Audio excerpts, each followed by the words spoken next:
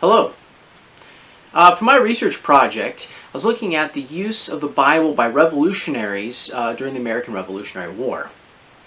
Because the Bible has played a key role in many aspects of American history, including the American Revolution.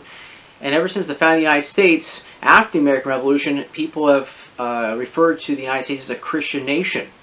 That goes back to the deeply rooted foundation that Christianity and the Bible played in American culture, where most people were familiar, at least some of it, and it was widely used in different parts of society, including the American Revolution. The Bible was a large part of the culture, as historian James Bird said, quote, "Scripture was everywhere in revolutionary America," end of quote.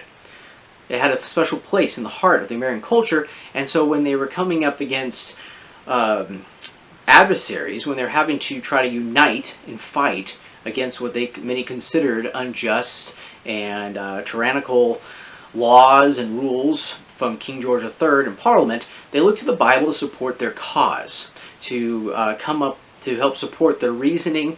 And you have preachers and writers, people who are not necessarily Christians, using images, using examples, using passages, Bible stories to support their cause.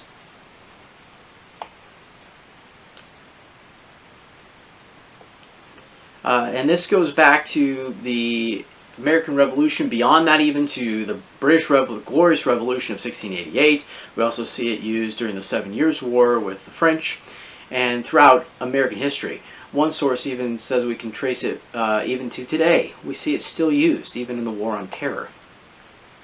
So during the war, people were debating. Some used the Bible to say that, especially Romans 13, that we cannot fight against authority. But most Americans went against that. Yet some people like Jonathan Boucher, a preacher who was preached being loyal to the crown and Parliament, to authority. And you have others like Jonathan Mayhew, who is preaching against unjust civil leaders. And you have other preachers as well, using the pulpit to preach out against, and using biblical themes and ideas and stories and passages, preaching out against King George III, Parliament, and what they considered injustice. Now, they did this a lot of times using characters, heroes of the Bible, so forth. Mark Noll put it this way, quote, "It was much more common for patriots to liken George III to Pharaoh and George Washington to Moses," end of quote. So just as Moses stood up to Pharaoh demanding, "Let my people go," so George Washington and other patriots stood up to King George III demanding freedom and liberty for their people, eventually letting them go to have their independent and be a sovereign people. So those in favor of revolution use the Bible in many ways, such as the one that Noll quoted. We see them using Old Testament stories, like David standing up to fight Goliath. They compared David to the American revolutionaries standing up against the giant Goliath or Parliament and fighting for freedom and liberty.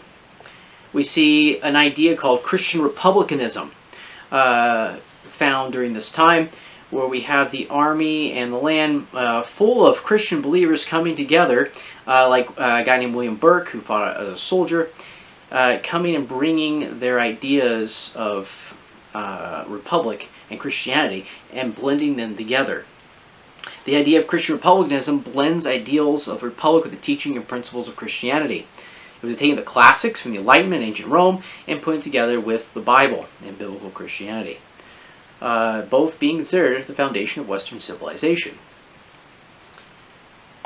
One source said it this way, quote, "Revolutionary patriotism was therefore both classical and biblical. A variety of patriots, from founders to preachers, drew liberally from ancient Rome and ancient scripture to defend the American Revolution," end of quote. So we have many different people, like the Founding Fathers, preachers like Jonathan Mayhew, using the Bible to support their cause.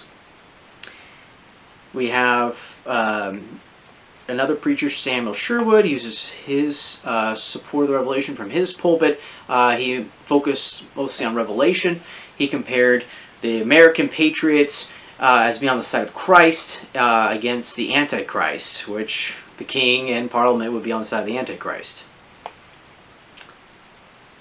Now, it wasn't just preachers, though, who used the Bible. We have others who some doubt were even Christians. We have Thomas Paine in his famous pamphlet Common Sense, using the Bible. He quotes it. He points to biblical passages to prove his points. He sought to show that monarchy was evil, and even calls it, quote, most prosperous invention of the devil ever set on foot for the promotion of idolatry, end of quote. He looks to Samuel, who warned Israel about the evil of monarchy, Gideon refusing the crown after defeating the Midianites, and other things like that.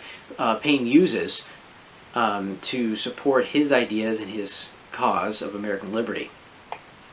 And America at the time was ripe for this type of talk, as the Bible was such a big part of that culture and society.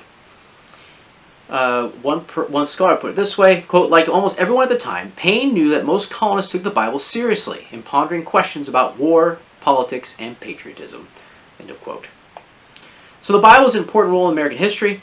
During the war, the start of the country, and to gain liberty, many revolutionaries, including preachers and others like Thomas Paine, made use of the scripture for their cause. They found inspiration in the stories of Samuel, who warned against the evil monarchy. They looked at David and Moses as heroes who stood up against kings and giants that to the Americans resembled king and parliament.